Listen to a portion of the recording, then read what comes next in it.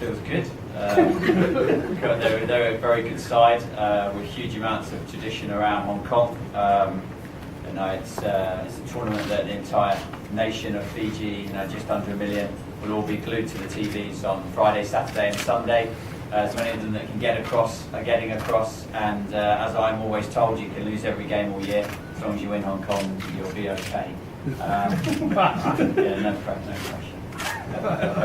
Well, don't talk about winning. A team has done well and had a great win in Tokyo 7. So how did you maintain your momentum?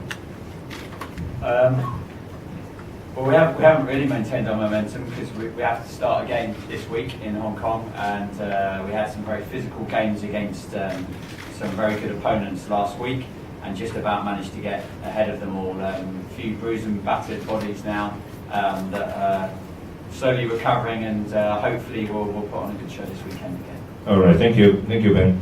So next question is for Neil. So you're currently leading the series standings and are providing to be one of the most consistent sides amongst the core team. So what is the secret to your team's success this season? Yeah, I think you mentioned it. I think in the beginning of the season we said in the past we were very up and down. We win a tournament and then the next tournament we don't play well at all. So for us going into the season, almost the theme for the season was consistency, just to keep it up there every single time we go into a tournament, and not just consistency in getting into a final, but also consistency in our performance from the first game to the final in a tournament. Well, one more question for you. It's not for me, for my colleagues. I have to emphasize that because he said Hong Kong has proven to be South Africa's bogey tournament. What will it take to break through here?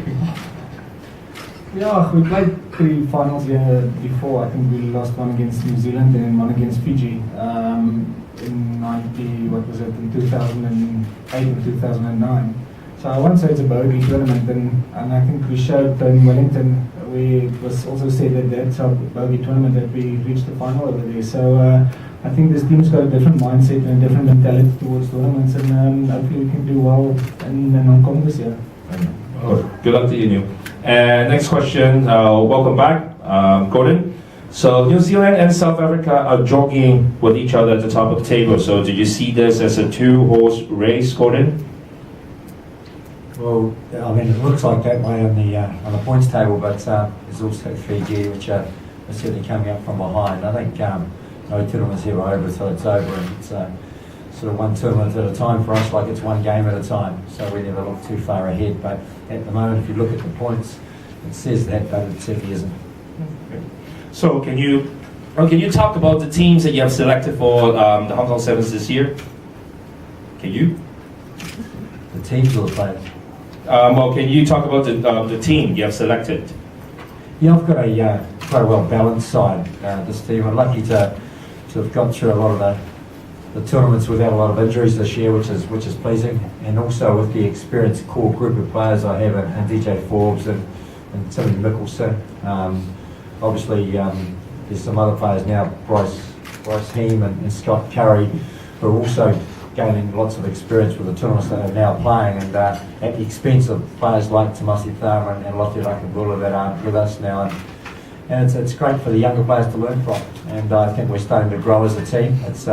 I feel the younger players are certainly absorbing a lot, and certainly this weekend is a great experience for a new 5 players that are new to Hong Kong, and you need that core of experienced players around your system. But outside that, promising. Again, in this particular game of sevens that we play, any team that gets hit in the first couple of games with some crucial injuries to crucial players, the dynamics of your team changes. So touch wood, we can continue on and hopefully get through this tournament without any injuries and perform well. All the best luck to you, Gordon. Thank you. So next questions goes to Simon. So you were part of the last successful England side in Hong Kong when England got our champion in 2006 in Hong Kong Sevens. So how does it feel to be a part of the England setup again, and how do you feel to be returning to Hong Kong? It's a great time, I think, for any of the coaches here to be coaching a national team, and to be able to coach a team at Hong Kong again is a huge honour, and it's such a wonderful tournament. It's the history, the tradition, the atmosphere, and the quality of the games that are played. So I think it's a fantastic experience all around. And how is the team is getting ready for this year's Hong Kong Sevens? Yeah, it's a challenging one this time with a short turnaround from Tokyo. So I think probably like most teams we're taking it pretty easy and just trying to get the guys ready to rock and roll come Friday. Got some experienced guys and some pretty inexperienced guys as well that they're growing and getting better. So it's a big step up for them. Big 7 guys making their first appearance in Hong Kong this time around. So that'll be a new experience for them. But hopefully we can take a step forward from last weekend. All right. Well, thank you, Simon. Thank you. And well, last but not least, we have Gareth here. So, Gareth, what do you think of the Hong Kong Sevens format this year? How do you rate Hong Kong's chances? Well, I think you said it earlier on. I think that we're 1 from 12, aren't we? Look, there's some good squads in there. We played recently against some of the teams, and we didn't fare too well against Zimbabwe and Russia last week. And that's given us a focus going into this week. The squad are in a good place. They've worked hard. They're a young group in terms of professionalism, but they're working hard to really go for that goal of getting themselves into the World Series. Okay. Well, you have been here before as a player and the coach of Team Wales. So, what will it take for Hong Kong to prevail on the weekend and achieve the ultimate prize of the core team status for next season? We have to beat everybody. It's as simple as that. The guys have said it here. It's about consistency. It's about sometimes controlling the emotion that you go and play with and balancing that out so that you're able to perform game after game. And we know we set our targets on 6 tough games. And within the sixth game, hopefully we're in that position to push on to the World Series. So after last time's training back week, so are we dealing with any injuries or is there any updates so far the status for the team? Nothing more than what has been listed in the press. As the guy said, there's bumps and bruises in their teams, there's bumps and bruises in our teams, but it's the nature of being a rugby player. So now you have to get on with it. Some people go in, you're never 100% as a rugby player, you're always carrying something. They're professionals to do a job that they can.